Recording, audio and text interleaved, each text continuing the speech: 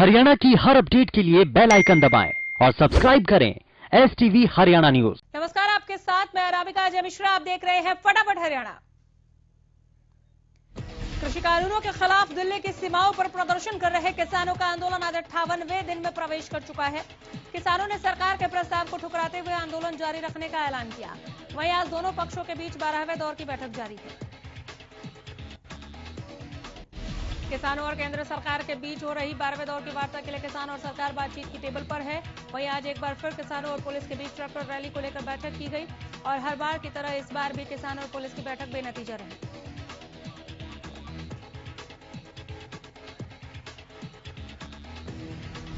किसान दिल्ली की ring road पर रैली निकालने को अड़े हैं। पुलिस किसानों को KMP एक्सप्रेसवे का ऑप्शन दे रही है। लगातार पुलिस और किसानों के बीच बैठकों का दौर जारी है, लेकिन किसान दिल्ली में ट्रैक्टर रैली निकालने पर अड़े हुए। 26 जनवरी को किसानों की ट्रैक्टर रैली से पहले दिल्ली पुलिस ने टीकरी बॉर्डर पर सुरक्षा बढ़ा दी है। पुलिस ने बॉर्डर पर सीमेंटेड बैरिकेड के साथ साथ क्रेन और कंटेनर से सड़कों को सील कर दिया है। लगातार दिल्ली पुलिस किसानों को दिल्ली से बाहर परेड निकालने के लिए मना रही है। ट्रैक्टर रैली को लेकर किसानों का कहना है कि वो दिल्ली के आउटर रिंग रोड पर ही परेड निकालेंगे। इस बीच टीकरी बॉर्डर पर गांवों से ट्रैक्टर और JCB भी आनी शुरू हो गई है। भारतीय किसान यूनियन एकता के प्रधान जोगिंदर सिंह ने कहा कि संयुक्त मोर्चा की बैठक में सरकार का प्रस्ताव खारिज कर दिया गया है। किसान आंदोलन के चलते हरियाणा पुलिस कर्मियों की छुट्टियां रद्द कर दी गई हैं। किसानों ने 26 जनवरी को ट्रैक्टर परेड निकालने का ऐलान किया है, जिसके मद्देनजर पुलिस प्रशासन पूरी तरह से मुस्तैद नजर आ रहा है। फतेहाबाद में भी किसानों का कृषि कानूनों के खिलाफ लगातार धरना जारी है। किसानों के धरने में कांग्रेस प्रदेश अध्यक्ष कुमारी शैलजा ने शिरकत की। इस दौरान कुमारी शैलजा ने 26 जनवरी को होने वाली ट्रैक्टर रैली का समर्थन किया। कुमारी शैलजा ने कहा कि दिल्ली में जाकर ट्रैक्टर मार्च निकालना किसानों का अधिकार है। प्रदेश सरकार पर निशाना साधते हुए कुमारी शैलजा ने कहा कि सरकार के खुद के विधायक सरकार के खिलाफ हैं, ऐसे में ये सरकार कैसे चल पाएगी। कुमारी शैलजा ने कहा कि कांग्रेस लगातार किसानों के साथ है और किसान आंदोलन का समर्थन करती है। गुरनाम सिंह चड़ूनी की कांग्रेस के साथ बातचीत के सवाल पर कुमारी शैलजा ने कहा कि हमने किसी के साथ बंद कमरे में कोई बातचीत नहीं की। कांग्रेस ने हमेशा किसानों से खुले में बात की है। टीकरी बॉर्डर पर देर रात एक और किसान की मौत हो गई। आंदोलन में शामिल किसान कैथल जिले का रहने वाला था। देर रात अचानक तबीयत बिगड़ने के बाद किसान की मौत हो गई। बता दें कि अब तक टीकरी बॉर्डर पर 25 किसानों की मौत हो चुकी है। अंबाला शंभू टोल प्लाजा पर एक रिक्शा चालक पूरे देश का भ्रमण करके किसान आंदोलन का समर्थन करने पहुंचा। ये रिक्शा चालक दूसरी पास है, लेकिन इसके हौसले इतने बुलंद हैं कि इसने अभी तक 3 किताबें लिख दी हैं। ये रिक्शा चालक शहीदों का पूरा इतिहास जानता है। किसान मूवमेंट के बारे में लोगों की क्या राय है, ये जानने के लिए रिक्शा चालक ने पूरे देश का भ्रमण किया है, फिर किसानों का समर्थन करने के लिए आंदोलन में शामिल हुआ है। शंभू बॉर्डर टोल प्लाजा पर पहुंचे रिक्शा चालक और लेखक विजय शर्मा का किसानों ने जोरदार स्वागत किया है। साथ ही उनके इस हौसले को सलाम भी किया।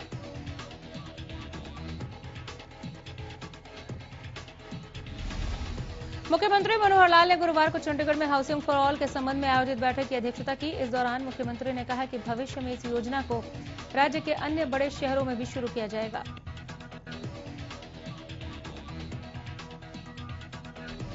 उन्होंने कहा कि सरकार का लक्ष्य शहरी क्षेत्रों में स्लम क्षेत्र में रहने वाले लोगों को सस्ती आवास सुविधाएं देना है। मुख्यमंत्री ने निर्देश दिए कि पुनर्वास योजना हाउसिंग फॉर ऑल विभाग द्वारा तैयार की जाएगी।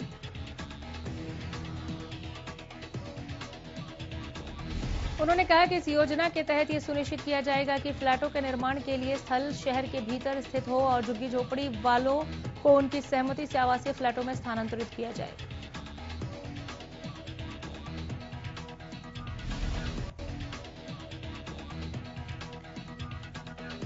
भारत में ऑस्ट्रेलिया के उच्चायुक्त ने हरियाणा के साथ कृषि, पशुपालन, डेयरी, खेल, कौशल विकास और होटल मैनेजमेंट क्षेत्र में सहयोग करने के लिए विशेष रुचि दिखाई। भारत में ऑस्ट्रेलिया के उच्चायुक्त ने मुख्यमंत्री मनोहर लाल के साथ एक बैठक की।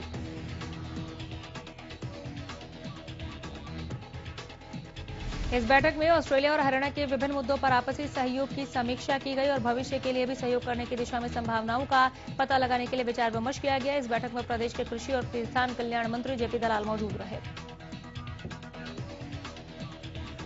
मुख्यमंत्री मनोहर लाल के साथ बैठक के दौरान ऑस्ट्रेलिया के उच्चायुक्त ने कहा कि खेल अनुसंधान के क्षेत्र में हरियाणा के साथ ऑस्ट्रेलिया की विशेषज्ञता को साझा करने के लिए संभावनाएं तलाशी जाएंगी। वहीं मुख्यमंत्री ने कहा कि हरियाणा खेल कौशल और कृषि में अग्रणी राज्य है। उन्होंने इस दिशा में द्विपक्षीय संबंधों को और मजबूत करने के लिए ऑस्ट्रेलिया से सहयोग करने का आग्रह किया।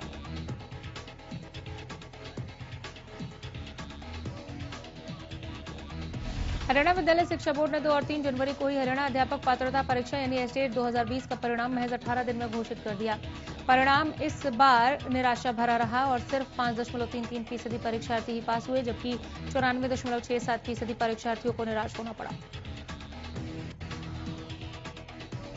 लेवल 1 पीआरटी में सबसे अधिक 7.04% परीक्षार्थी पास हुए। लेवल 2 टीजीटी में 5.15 और लेवल 3 पीजीटी में 4.07% ही पास हुए। पिछली बार की तुलना में तीनों ही लेवल का परिणाम गिरा है। Board chairman doctor Jagbir Singh ने परिणाम की घोषणा करते हुए बताया कि महज 18 दिन में परिणाम घोषित कर दिया है। परिणाम पिछले वर्ष की तुलना में थोड़ा कम है। इसकी कई वजहें हो सकती हैं।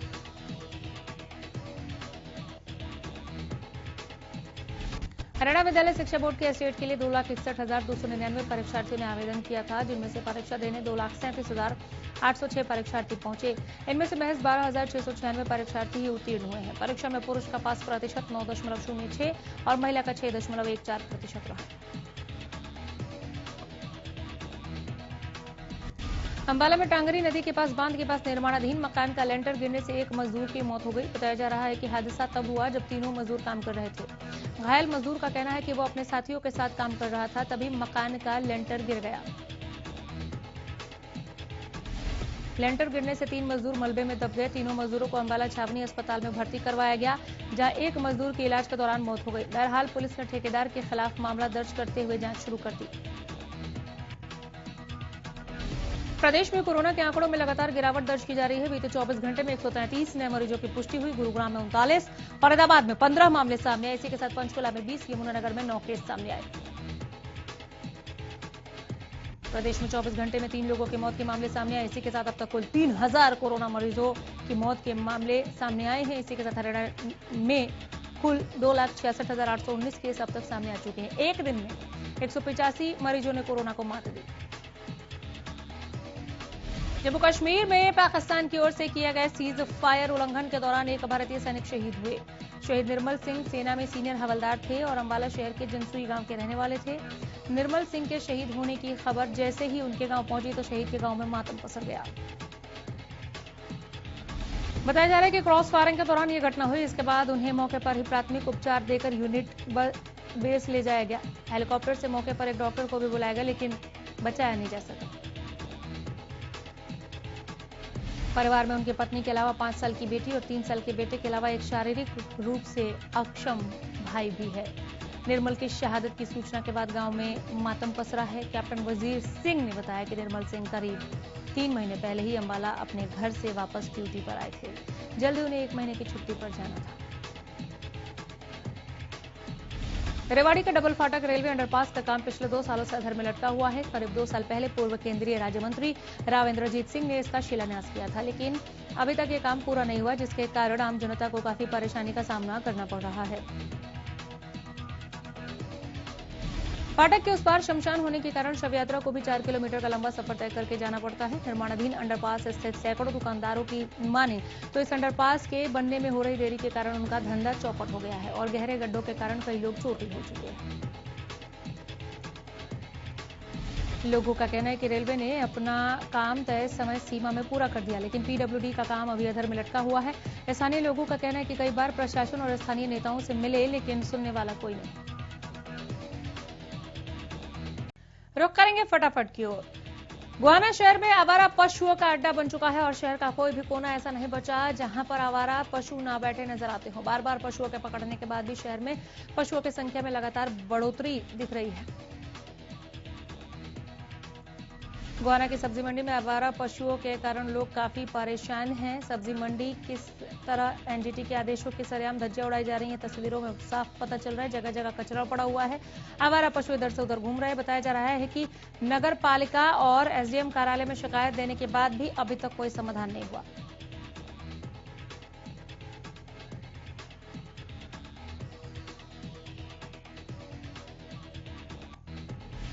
गोहाना सब्जी मंडी के प्रधान का कहना है कि ठेकेदार बदलने के बाद करीब 1.5 महीने से सब्जी मंडी के अंदर सफाई ठीक नहीं हो पाई है, जिसके चलते जगह जगह कचरा पड़ा हुआ है, जिसके कारण बीमारियां फैलने का डर बना हुआ है। साथ ही आवारा पशुओं ने मंडी में व्यापारी और आम जनता की नाक में दम कर रखा है। सब्जी खरीदने आए व्यक्ति ने बताया कि पूरे गोहाना शहर में पिछले कई दिनों से आवारा पशुओं की भरमार हो रही है, जिसके चलते आए दिन कोई न कोई हादसा होता रहता है। कई बार इसकी शिकायत की गई।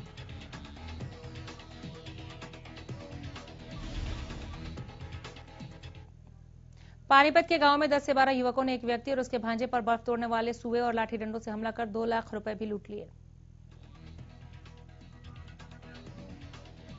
आपको बता दें कि समालखा उपमंडल के गांव छठीपुर के प्रेमराज ने पुलिस को शिकायत दी है कि 14 जनवरी को रविंद्र ठेकेदार और 2 युवक को उसके कार्यालय में आए और उनमें पैसों के लेन देन को लेकर झगड़ा हो गया, जिसके बाद वहां मौजूद लोगों ने समझौता कराकर वापस भेज दिया। इसके बाद 18 जनवरी को 3 गाड़ियों में 10 से 12 युवकों ने गणासी, लोहे की पाइप और बर्फ तोड़ने वाले सुए से हमला कर दिया। साथ ही वो लोग 2 लाख रुपए और मोबाइल लूट कर भी फरार हो गए। ये पूरी वारदात सीसीटीवी कैमरे में कैद हो गई। फिलहाल पुलिस ने मामले में आरोपियों पर केस दर्ज कर जांच शुरू कर दी है। सिरसा की अग्रसेन कॉलोनी में गुरुवार रात एक कपड़ा व्यापारी ने लूट की वारदात को अंजाम दिया है। बदमाश व्यापारी की आंखों में मिर्ची डालकर व्यापारी से करीब 1 लाख रुपए लेकर फरार हो गया। पूरी वारदात वहां लगे सीसीटीवी में कैद हो गई। सूचना पाकर मौके पर पहुंची पुलिस ने मामला दर्ज कर आरोपी की तलाश शुरू कर दी।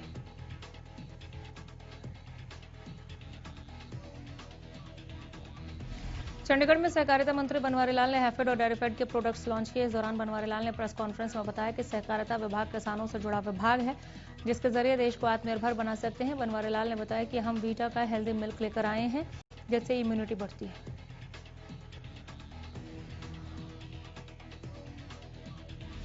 किसान पशुपालन के जरिए अपनी इनकम बढ़ा सकते हैं। सहकारिता मंत्री ने कहा कि प्रदेश में वीटा की 1000 फ्रेंचाइजी शुरू की जाएगी, ताकि ज्यादा से ज्यादा डेयरी प्रोडक्ट्स लोगों तक पहुंच सके।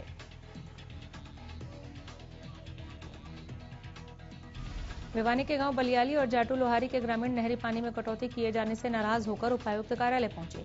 इस दौरान उन्होंने नहरी पानी की कटौती न करने का ज्ञापन दिया और कहा कि अगर उनकी नहरी पानी की कटौती होती है तो वो खेती व्यवसाय को छोड़ने पर मजबूर होंगे। बलियाली गांव के किसान प्रकाश ने बताया कि पहले उन्हें 21 मिनट पानी मिलता था, जिसे घटाकर 14 मिनट कर दिया गया। ऐसे में वो अब फसल को सिंचित नहीं कर पाएंगे। इससे उनका खेती का काम सीधे रूप से प्रभावित हो रहा है। कई बार जिलेदार सिंचाई विभाग के एसडीओ एक्सीएन को लिखकर दे चुके हैं, लेकिन कोई कार्रवाई न होने के चलते वो मजबूरन उपायुक्त कार्यालय पर गुहार लगाने पहुंचे हैं। गणतंत्र दिवस समारोह के सफल आयोजन के लिए तैयारियां जोरों पर हैं। तैयारियों का जायजा लेते हुए गोहाना एसडीएम ने संबंधित अधिकारियों को जरूरी दिशा निर्देश दिए। उन्होंने कहा कि कोरोना के चलते गणतंत्र दिवस समारोह में लोगों की संख्या सीमित करने का फैसला लिया गया है। एसडीएम ने कहा कि गणतंत्र दिवस पर जो झांकियां निकलनी हैं वो भी कोविड-19 के मद्देनजर कम कर दी गई हैं। स्कूल के बच्चों को भी कम बुलाया गया है।